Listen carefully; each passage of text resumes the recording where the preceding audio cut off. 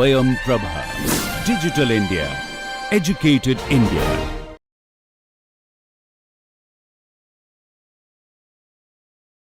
Okay, so finish at the earliest. Fine. So so we will do this part of the story. So one of the most important thing that we need to learn is how to program a parallel machine. Okay.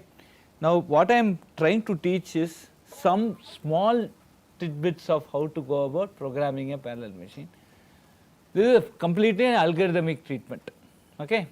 Then there are courses on concurrent programming, there are parallel programming courses, programming for high performance computing computers, or high performance computing courses which deal with parallel programming. That is part of your curriculum and electives. So there are many electives in the department. The course on concurrent programming will also teach you much more about this. But what I am trying to tell you is how can I model a parallel computer, how can I model a computing on a parallel computer. I think that is very much necessary, and I think it should be part of a computer organization architecture course. Okay. So like how there is an algebraic model of computation for your sequential computing, single core computing, right, based on which you have got all your big O notations, right, order n square, omega n square, you derive those things based on that algebraic model of computation. Now there is a parallel random access memory model of computation, which you call it as the PRAM model. PRAM here stands for parallel random access memory.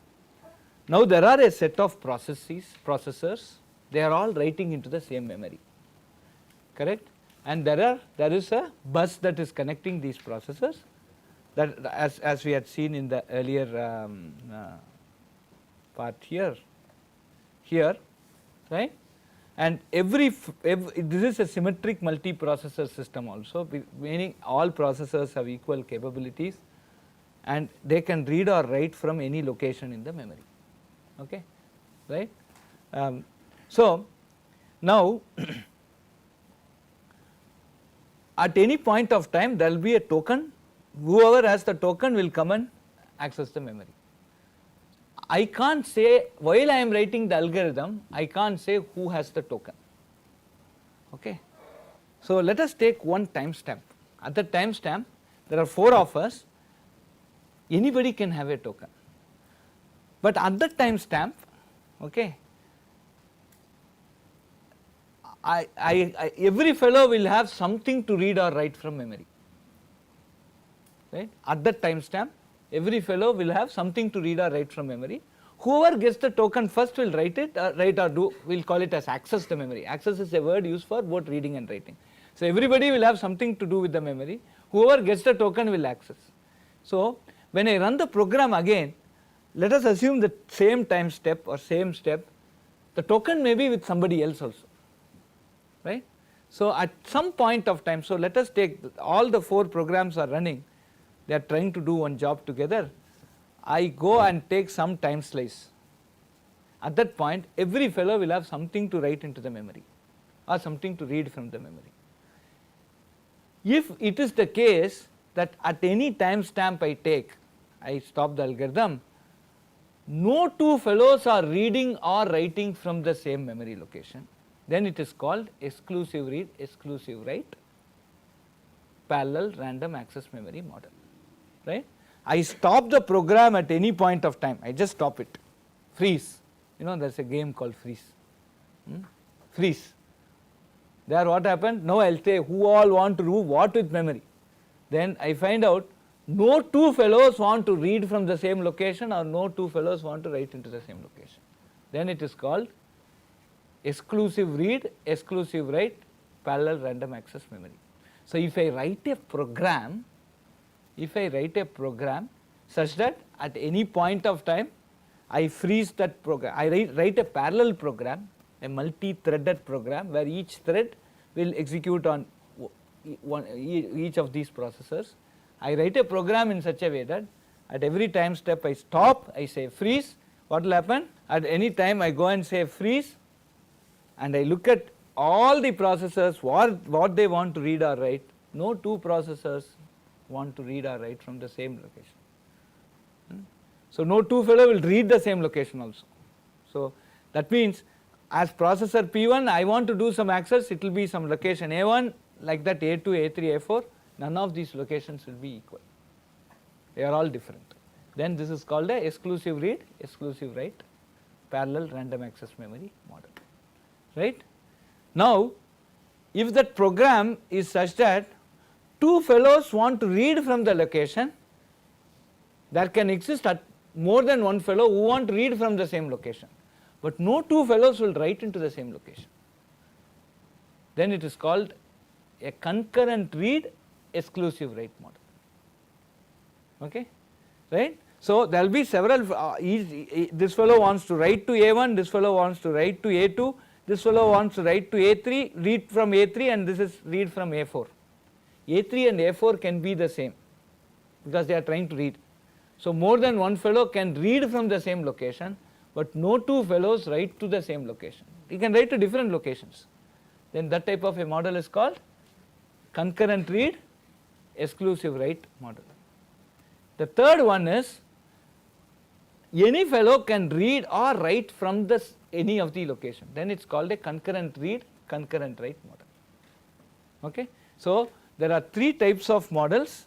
There are three types of models. The EREW model, which is exclusive read, exclusive write, wherein I freeze at some point, no two processes will read or write into the same location. A CREW model, where I freeze at a point, two fellows can read, one or more fellows can read from the same location, but no two fellows write to the same location. There is a third model where any number of people can read from any location or write into the location. Okay. So the program that you write may satisfy one of these criteria. So absolutely there is no issue in EREW, absolutely there will be no issue in CREW also, right, because it is only reading, but there can be one specific issue in CRCW. What is that issue? Let us now start little more in depth. Now we say deterministic algorithm. What is why it is called deterministic algorithm? There are two varieties of algorithm, right? Deterministic algorithm, randomized algorithms, right? Do you know randomized algorithms? You have read randomized algorithms? So what is a deterministic algorithm? For a given precondition, the post condition is well defined for every instruction, for every step in your algorithm. Then it is called a deterministic algorithm. What is a randomized algorithm? For every step the thing is not well defined, obviously. So toss a coin, I don't know whether it will come as heads or tails unless you have rigged a coin, okay, right, followed. Now the parallel algorithms that I am going to write should also be deterministic, in the sense after every time step I should get the same result any number of time I am executing. See, suppose I am executing a program toss a coin, right, first time I execute it will give me head, second time it will give you a tail, so we don't know the output. But what we are interested here is to run deterministic algorithms on these parallel models, right. That means I run it once, I stop at some time t, I see the results, some time step t, not time, step, I should get the same answer irrespective of whichever time I am running. So one time I run, I should not get an answer A, another time I should not get another answer B. That contradicts the definition of determinism or deterministic nature of the program. Now with EREW, do you think there will be a problem with deterministic execution? No, correct, it is obvious, right. With a EREW we will not have a problem with deterministic. With a CREW, will we have a deterministic? No. With CRCW, will there be an issue with deterministic? Yes, right. The reason is both of us want to write at the same point of time. He is writing 2, I am writing 1. So one time when I am executing, if the token is with him, then what will be the final value? 1, because token is with him, he will write 2, after that token will come to me, I will write 1, right. In another time the token is with me, I will write 1, then he will get the token, he will write 2. So at the end of this step, one time it will be 2, another time it will be 1. So when I write an algorithm for the CRCW model, correct, I should see that at any point of time, if two fellows want to write into the same location, then they should write the same value. Right? So when I am designing an algorithm for the CRCW PRAM model, I should ensure that if two fellows want to write into the same location, then they should write the same value. Acha, are you getting what I am saying? Followed? If it does not happening, then what I told would happen. Right? So he wants to write 2, I want to write 1. If he gets the token, the answer will be 1. If I get the token, the answer will be 2. Correct? Now we will design algorithms for EREW. CREW is just a little bit larger extension of that. So we will write one algorithm for EREW, then one more algorithm for CRCW, and that we will do today. We will finish this today. Okay. Now this is known to you, the recursive doubling technique. Now I have 8 processors, right, numbered 0 to 7. Of course this 0 processor will just do nothing, right. I want to do the prefix sum.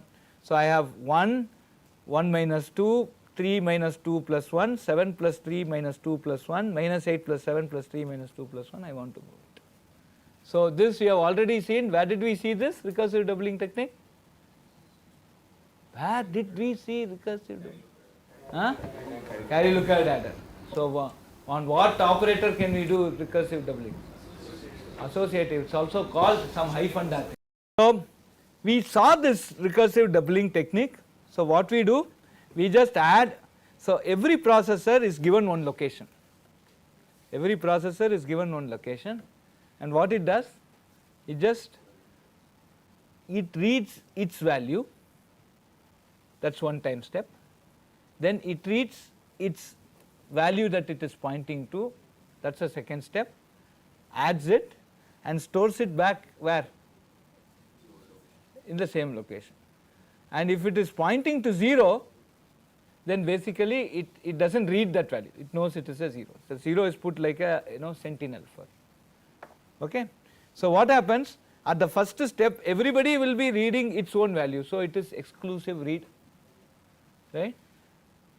And in the next step it will be reading its neighbor's value. In this case it is only reading, nobody reads from the same location, right. It is this fellow 7 will be reading from 6, 6 will be reading from 5, 5 will be reading from 4, 4 will be, and 1 will not be reading anything. So right. So it is again exclusive read. After that what it will do? It will add minus 15 plus 6 and store it here. It will be minus 9 or whatever. Okay.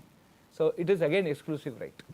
So at every step I am doing only, every processor reads from some location, no two fellows read from the same location, and they write to one location and no two fellows write to the same location. So this is very much fitting our EREW algorithm. So first step what will happen? This is what happens.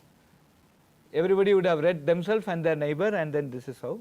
In the second step again you see this fellow will be 7 will be reading, 7 will be reading from 5, 6 will be reading from 4, and so on, right. So this processor will read minus 9, then it will read minus 1.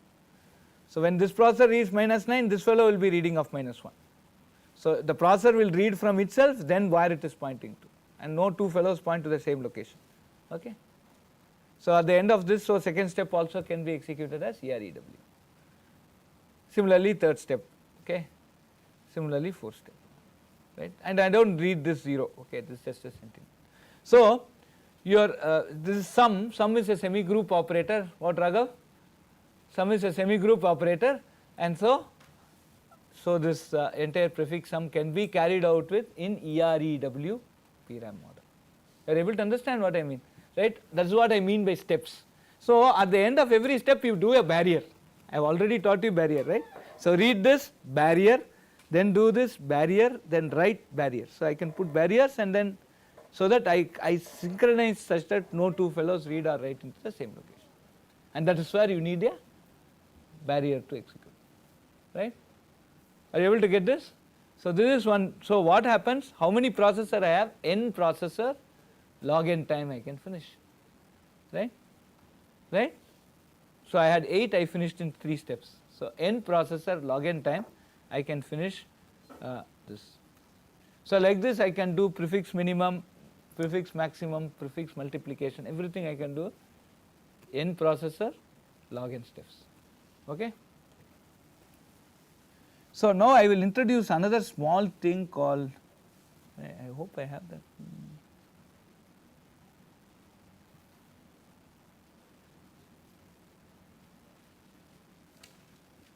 Okay, I will introduce Brent lemma. Sorry, I didn't put the slide here. So I will just see. So what if I have n processor, I can do in order log n time. Okay. What if I have n by p processor? If I have p processors,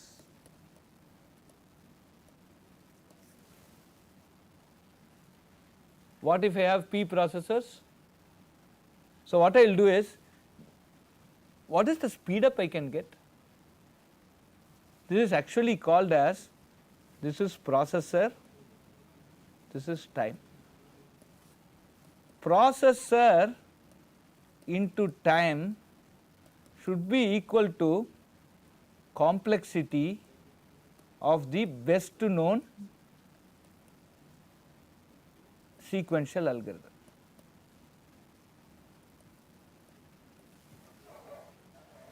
Right.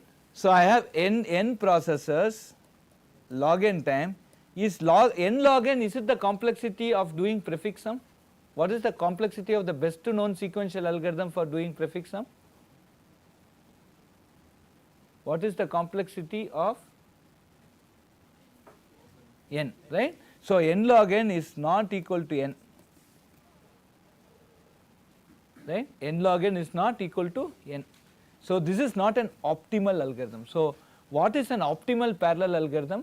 An optimal parallel algorithm is one in which the processor into time product is equal to the complexity of the best known sequential algorithm. That means what? You have equally split the workload among the different processes. That's what it means, right?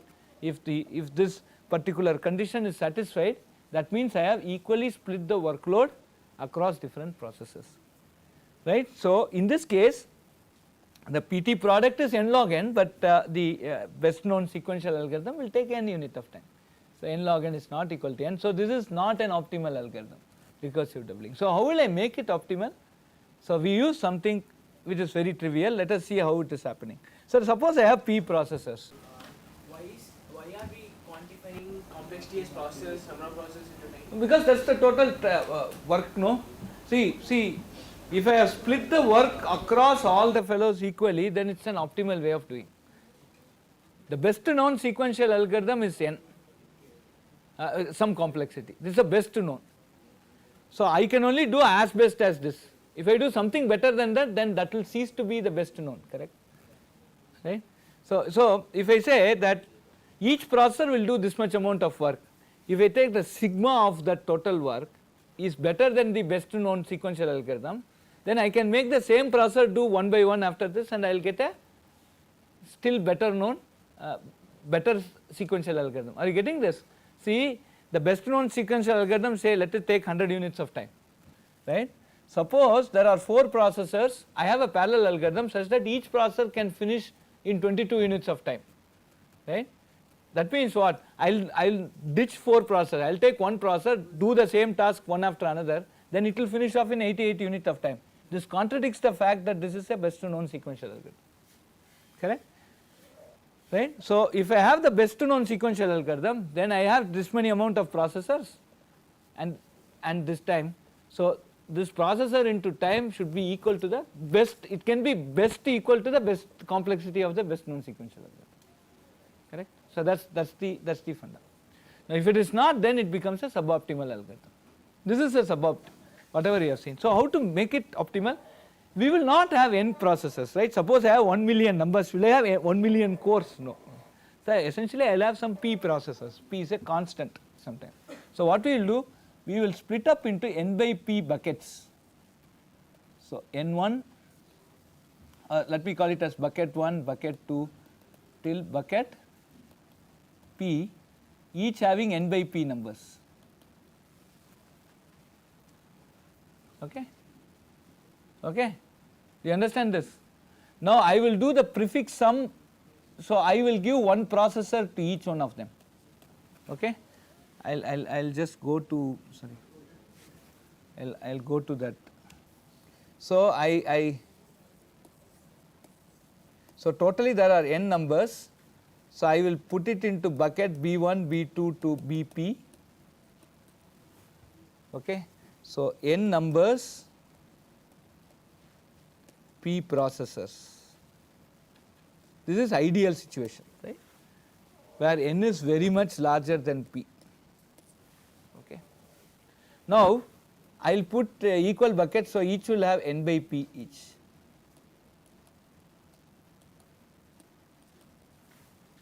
Right.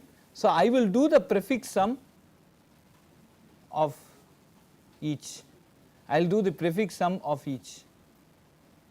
How much time it will take, and I'll assign one processor, I'll assign P1, P2 to P small p. So I'll assign one processor to each and ask them to do the prefix sum for each one of that, and they will do it concurrently. So how much time it will take? N by P time. At the end of this, what will happen? I will have one A1, A2, A3, A4, AP, right. This is the prefix sum of the first n by P elements here, the last, this is a sum. What will be the last, after I finish the prefix sum, what will be the last element here? It will be the sum of all these elements here. This will be the sum of all these, A2 will be the sum of all these elements, A3 will be A4, A, correct? Do you understand this? So after I finish this prefix sum in each of these individual blocks, the last element will be the sum of all the elements in that block. What is the final answer? If I add A1 to all these elements, right, then that is the final answer. If I add A1 plus A2 to all the elements here, then it is the final answer. If I add A1 plus A2 plus A3 to all the elements here, that is the final answer. If I add A1 plus A2 plus A3 plus till AP minus 1 to all the elements here, then that is the final answer. So what I should do? Now I have A1, A2, A3, A4 till AP. I will do the prefix sum of this. Then what I will get? I will get A1, A1 plus A2, A1 plus A2 plus A3, A1 plus A2 plus A3 plus A4, and one A1 AP minus 1. Okay, I will get this. Now I will take this A1 and add it to all these fellows here. I will take this answer and add it to all here. I will take this answer and add it to all here, and so on. I will take this answer and add it. Okay. Now I get the final answer. So how much time will it require? So I took n by p time already for doing this individual computation. Then how much time will I take for, I have p processors and I have p elements. How much time will it take? Log p time to find this sum. Then again I take one number and add it to every fellow. How much time will it take? N by p time, right? Because I take one number, each processor will take that number and add it to the list of this. This will take A1 plus A2 already computed and add it to this. So they will do it concurrently, again it is n by p time. So this is nothing but 2 n by p plus log p. Since n is very much larger than p, this log p goes off. So this is order n by p. Now number of processors is p, now time is n by p, p into n by p is n, and this is an optimal algorithm. Yes? For the prefix sum algorithm, are we allowed to query on any index I? Yeah, like, so this is recursive doubling, no? You have already thought of it. But like any given any I, it has to give the sum of all numbers from 0 to I, right? No, but you just have these p locations and just execute the recursive doubling that I taught earlier. Yeah, no, this will give the total sum, that's fine. But No, it will not give, sorry, it will give A1, A1 plus A2, A1 plus A2, A plus A2. yeah, it will give all that. But like After that, the processor, each processor will read exactly one of these locations. So P2 will read A1 and add it to its element. yeah, At that time, P3 will read A1 plus A2 simultaneously and add it to this element. so like what we're asking is, suppose there are 10 elements and It's an array. yeah, it's an array. And if I give the input as 3, it should give the sum from 0, 1, 2, 3. Why you need? Like is that the functionality of prefix sum or just adding all the numbers? Adding all the numbers. Because in our previous recursive doubling, since we're doing single element, we can given in index. No, prefix sum is to create an array where it is all sum of all prefixes. But we have also solved a sub-problem that given an index I, we can give the sum from 0 to I, right? Where did I solve? No, like Here implicit. also I can solve, no? No, here it will not work because you are grouping n by p. So if the index is like modulo n by p 0. Yeah. At the end you will get, no? No, but like if the index is modulo n by p only, then it will work, right? Else you'll not get why? the. Why? So because It's not numbered 1 to n by p. Yeah? I can number it. No, this processor has to read. Processor P2 will read from n by p plus 1 to 2n by p. Yeah. say if I want to index something like 3 by 2 n by p, then I'll have to go to that index and then add a1 and so on. So Prefix sum is you will do for everything and query on this. That's what we have been doing. Why should I say one? So I want to stop with I. Yeah. To query on any Yeah, I can query. No. You set up. You finish the whole computation, then take from that location and take the prefix sum. Right. Still you can do. So if I am given 100 numbers, I will do the sum for 100 and then query on element. That is also possible here also, right?